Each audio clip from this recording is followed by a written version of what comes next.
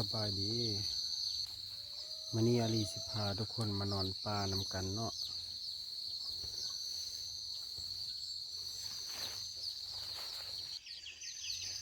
เพราะว่ามีน้องๆหลายคนเขาเจ้าถามมาว่าเขตบ้านอายอาลียังมีสัตว์ป่าบ่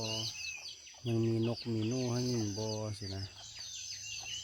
มื้อนี้ก็พามาพิสูจน์เนาะนอนตั้งแต่ตอน11โมงทุกคนแล้วก็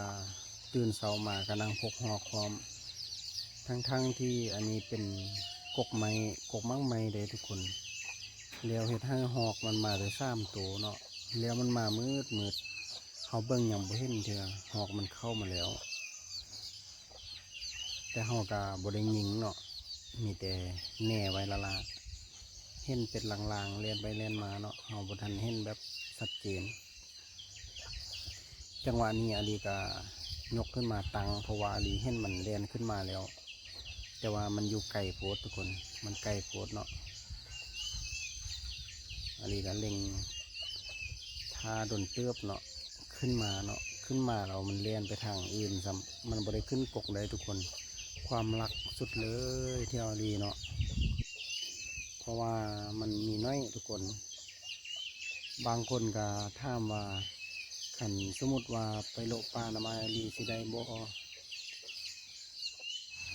ลีก็เลยตอบไปว่ามาโลได้ แต่ว่าสัตว์ป่ามันบ่มีแล้วเด้อพี่น้องอาลีก็เว้าตามความจริงเว้าแบบตรงๆเลยถ้าอยากมาเพื่อแบบผ่อนคลายเพลิดเพลินสอกความสุขใส่ตัวเองแบบนี้พอได้อยู่เด้อพี่น้องแต่ถ้าสิมาแบบ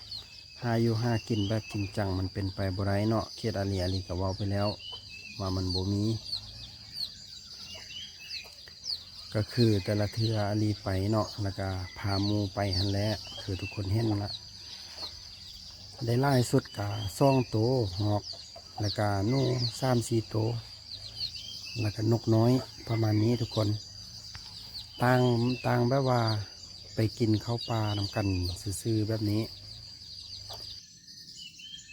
สำหรับพี่น้องคนไทยเนาะที่เข้ามารับชมช่อง YouTube อาลีฟาร์มไก่โตเนาะก็อย่าฟ้าวอกน้อยอกน้อยใจพี่น้องอาลีก็ขอโทษไว้ก่อนเลยเนาะเพราะว่าเขตอาลี2-5กินบ่ค่อยได้มันบ่ค่อยมีอาลีก็เลยเอามาขอโทษก่อนแต่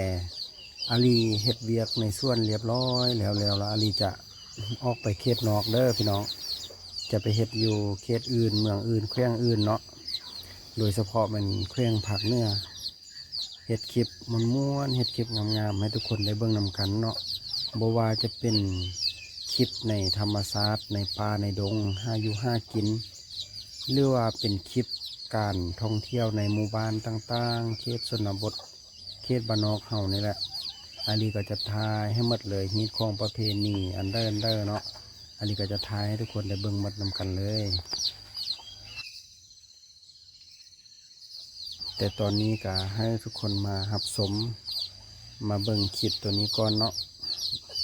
ไว้โอกาสหน้าอาลีจะเฮ็ดคลิปดีๆงามๆให้ทุกคนได้เบิ่งไปเบิ่งกันเลยพี่น้อง